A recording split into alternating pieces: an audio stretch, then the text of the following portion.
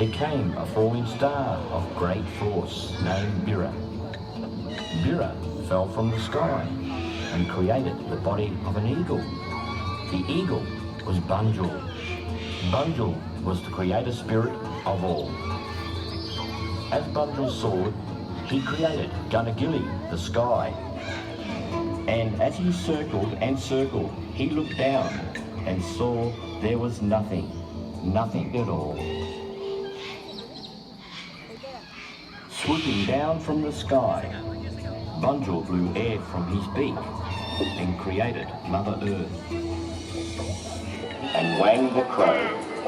Did Bunjil make any other birds? Bunjil made a dazzling rainbow appear, which shattered into many pieces. Each piece from the rainbow had its own colours and turned into a beautiful bird. As they were created, the birds, each with their own spirit, sang with joy as they flew down to the earth.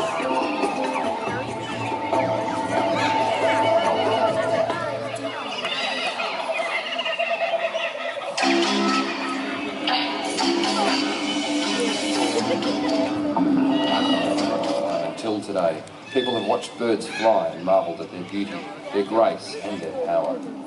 Australia is fortunate to be the home of over 750 bird species, many of them unique to our land.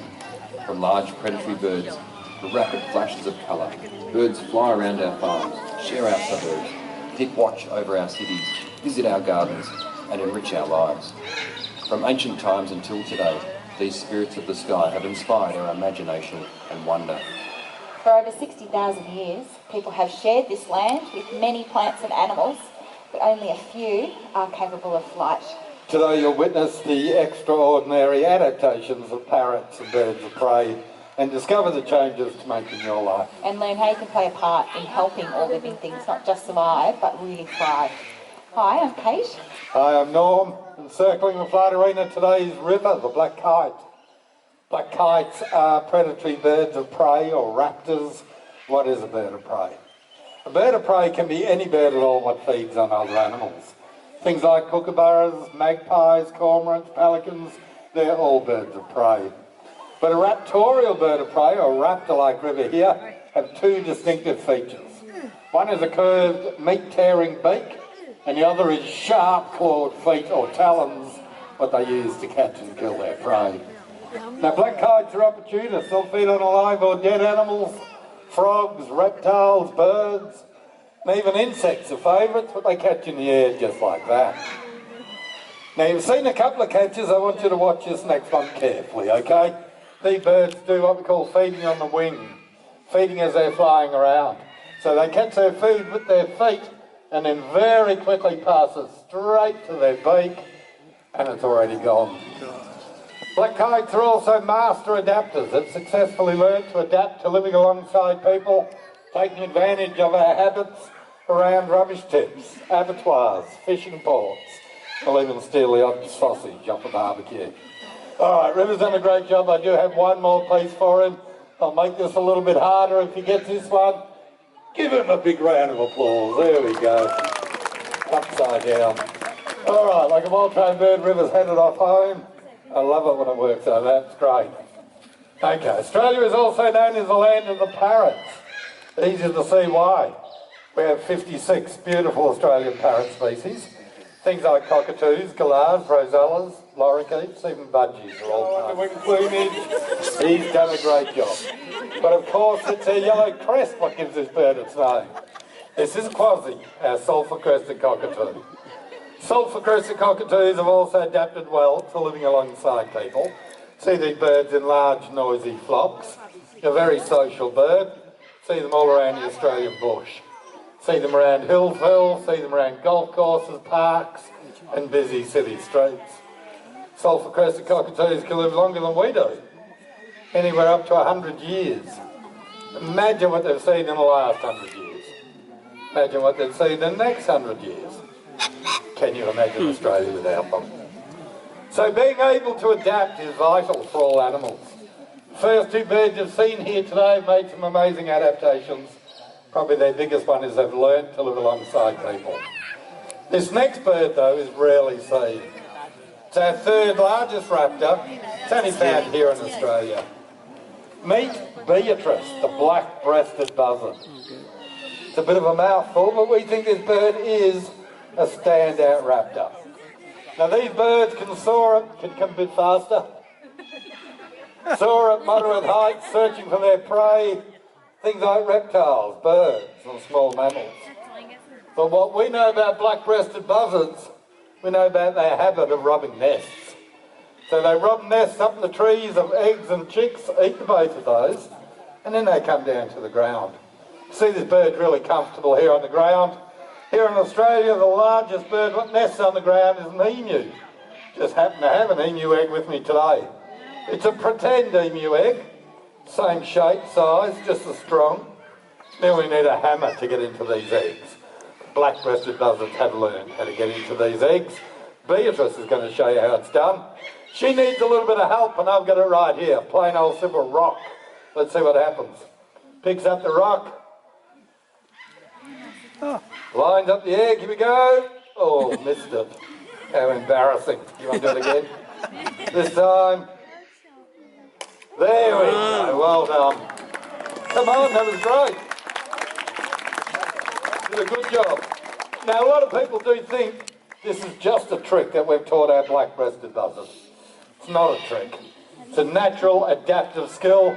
Only one other bird in the world shows that same type of behaviour, and that would be the Egyptian vulture. You'd have to go all the way to Africa to see that bird. So very lucky to have a black-breasted buzzard here in Australia. So the first few birds that we've met today, why is colour so important? Why is it helpful? We're about to learn why. In this species, both the male and female are brightly coloured, which is unusual in the bird world. It's usually just the male to attract the female. But in this species, the female plays a special role with her colouring. She's red and blue with a black beak, while the male is green and blue with red underside and orange and yellow beak. We're going to see if our bird will fly out. Maybe. Thinking about it. All of our birds today are working for positive reinforcement, which means that we can... Oh, here he is. This is Les. Les is beautiful male, as you can see. He's an eclectus parrot. As he flies, you can check out the beautiful colouring on his wings. For those of you getting a nice up-close look, the red on the underside of his wings. And do one more way. That's the way. Good work, Les. He's pretty, isn't he? So as I said, the females are almost opposite in colour. They're red and blue with a black beak. They spend their time in a different part of the tree, lower down, hidden in the shadows of the rainforest. And there, the female's job is to create and to protect nesting hollows. And they really vehemently protect them for about 8 to 10 months of the year. The males like Les here, they spend their time right at the top of the tree, in amongst the dense green, the dense green foliage and the fruits and the flowers. And there they really well blend in, and they look for food. Their job is to bring it down to their many waiting females below. Good job, mate. Off you go. So you can see, colour is a really important adaptation. It's actually a survival strategy that these birds have developed over time, and it's designed to keep them really well hidden because their natural predators are actually birds of prey. So it's good to see the birds we've met so far. They're doing really well out there, and we've got good numbers in the wild. But a lot of our birds here in Australia, they're facing some real challenges. They could really do with a helping hand. Many of our parrots rely on large old trees. There's a few of them now. It's beautiful. And they use the hollows in those large old trees for nesting and shelter. Landed is a major Mitchell cockatoo, and just now landing is Pinjari. He's our male red-tailed black cockatoo. Really beautiful. You can see those gorgeous feathers up. Now, birds like these, they use hollows in some of our trees. And here in Victoria, we are losing some of our trees.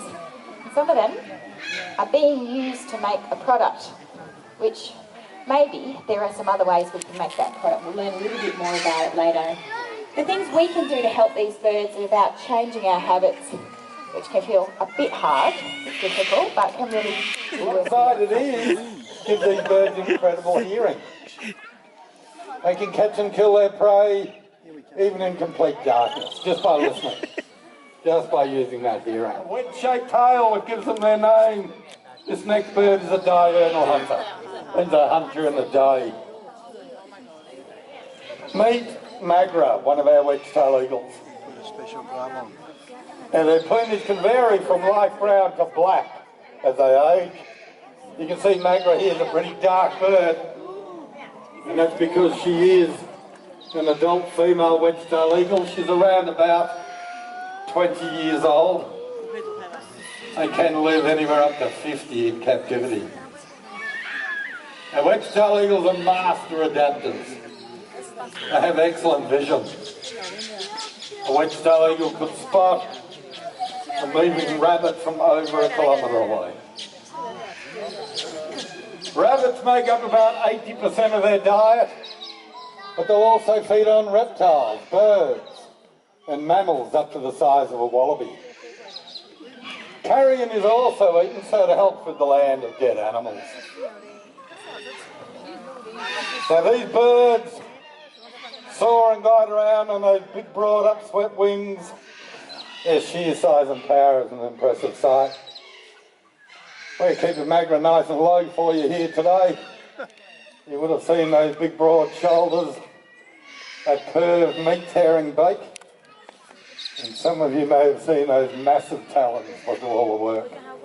A really impressive bird.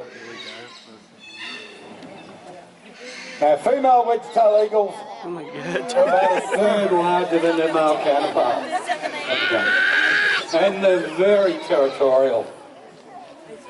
They share that territory with a lifelong mate. Wedge-tailed eagles are protected. And because of that reason, we have a good-sized population of wedge-tailed eagles. They're doing quite well. Now, sometimes in the skies above us, wild wedge-tailed eagles, who also consider this patch of sky to be their territory, fly into Magra's airspace. They will defend their territory. Give it up for Magra, she's going home. They will defend their territory, can't afford to have another wedge-tailed eagle in the area stealing their food. So if they see another wedge-tailed eagle, they will try and scare them away.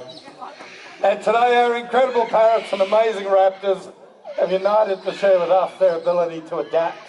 Have they inspired you, these spirits of the sky? Sure they have. Some who are doing well, some who still need our help. Changing our habits to protect trees for habitat will benefit birds and lots of other Australian wildlife. And just by making that really simple switch to using recycled toilet paper, we can help keep those really important trees. Disrupt the airstream. And these birds, when they choose to, you've got to open your eyes. Can't believe you came to a bird show and you've got your eyes shut. These birds can turn their heads in an arc in either direction of up to 270 degrees. So watch out. You're a little map.